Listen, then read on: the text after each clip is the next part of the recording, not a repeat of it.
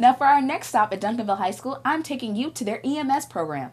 Students enrolled in these classes get the opportunity to have first-hand experience in first aid and the entire healthcare industry. These students also get to work at the hospital, where they get the chance to work in the hospitals with actual doctors and nurses. At the end of these classes, they get the opportunity to take one of the board certifications, to where if they pass, they actually become paramedics. Tell me, what are your students doing in here today? Today we're learning CPR.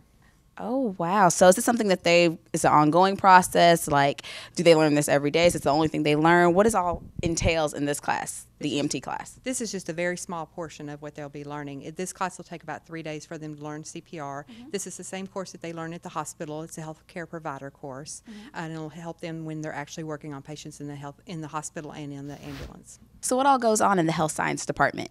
These kids have a lot of activities that they do. They learn bandaging and splinting. They learn how to take care of patients who have had heart attacks and strokes, bleeding emergencies, anything that can happen in the public that needs an ambulance call, a 911 call. These students are capable of taking care of those patients. Beginning in January, they'll go out with the Duncanville Fire Department and actually ride on the ambulance and make calls with the firemen. They'll be the first responders on the scene. They'll also be found in Charlton ER, where they'll be working on patients there, and also Methodist Central downtown. So now tell me, what's the difference between the health science class and the EMT class? In my health science class, the students go out and observe in the hospitals. And they watch healthcare providers and how they interact with patients, and they learn from those experiences.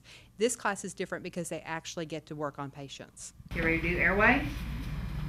1 breath. Mouth off. 2 breaths. Go back to compressions.